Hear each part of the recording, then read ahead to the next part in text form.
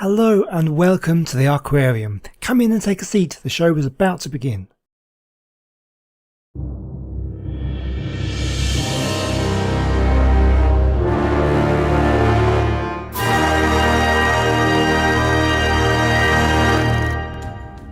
For the most part, sharks don't fossilise well.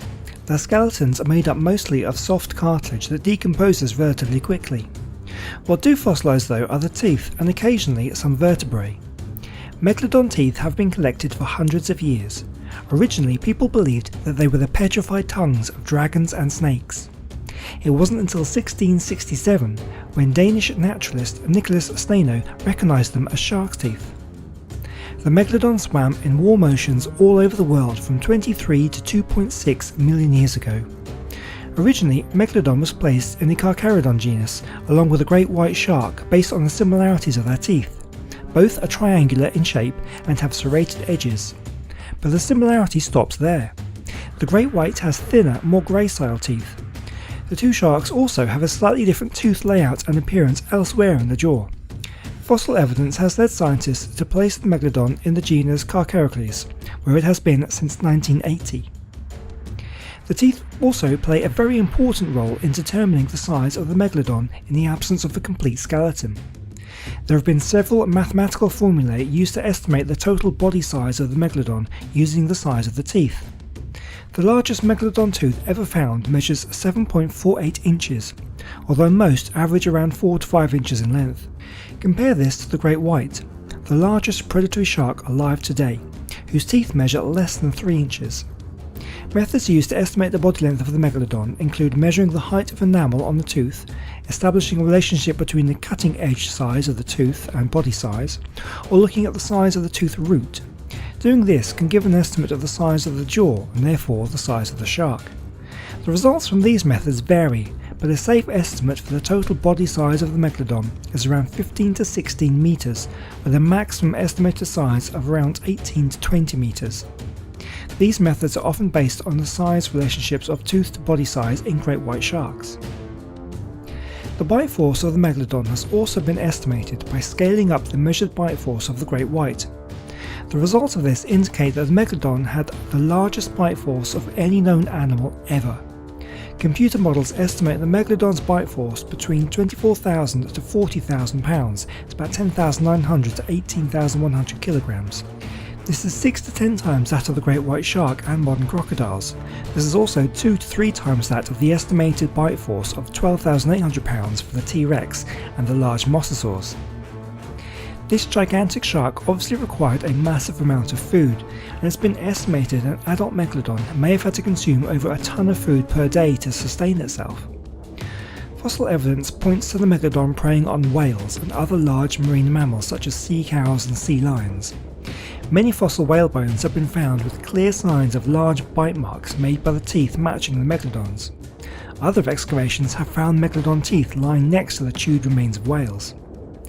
The vertebrae of some whales display compression damage, which has been interpreted to have been caused by a sudden and massive impact from below. This allowed for the reconstruction of a scenario where the Megalodon would approach a whale from below so as to avoid being seen by its target. Once it lines itself up for a strike, Megalodon would use its powerful muscles to propel itself to the surface at high speed and slam into the whale from underneath. If the whale did not end up in the jaws of the Megalodon, it would have been very likely to have been stunned by the impact, allowing Megalodon time for a killing bite. However, at least one fossil vertebrate is known to exist that shows that it was subjected to this style of attack, yet still managed to heal. This shows that in this case, the lucky animal did not just survive the attack, it also lived long enough for the injuries to heal. It's thought that the Megalodon gave birth to live young in nursery areas similar to modern sharks. A nursery area is where a young shark can live and hunt while being safe from other large predators. A nursery area can be identified by finding a high concentration of juvenile teeth. One area that seems to be plentiful in these teeth is Central America and the most southern areas of the United States. Going back towards the Oligocene, Panama did not exist because the higher ocean levels of the time submerged much of the area. This area was known as the Central American Seaway and formed an oceanic pass between the Pacific and Atlantic Oceans.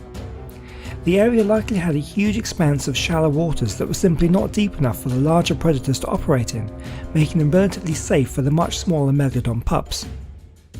Studies of these teeth indicate that the juveniles in these nursery areas were around 2 to 3 meters long.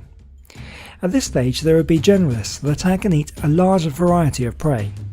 As they grew larger, they would be forced to leave the shallow nursery and move into deeper waters where they would specialise in attacking larger prey. The megalodon became extinct around 2.6 million years ago. Leading up to this time, the world's oceans had begun to cool, and ice sheets at the poles had expanded, locking up large portions of ocean water as ice. Consequently, sea levels began to drop. As a result of this, many shallow areas of ocean that may have been used as megalodon nursery sites would have disappeared, including the one I mentioned earlier, as a land bridge appeared between North and South America. This land bridge also cut off a major whale migration route, which would have been a major source of food for the megalodon. The climate change around this time saw a huge reduction in whale diversity, with over 20 species dropping to only 6 that we have today. The huge size of the megalodon probably worked against it, with many of the remaining whales being smaller and faster, and may have proven difficult for the megalodon to hunt. The rise of smaller, more agile hunters like the killer whale and the great white shark may also have increased competition, and with megalodon pups becoming more vulnerable to these predators due to the loss of nursery sites, the megalodon went into decline and eventually became extinct. Despite reports of megalodon being alive today, this view is unanimously rejected by scientists who know what they're talking about.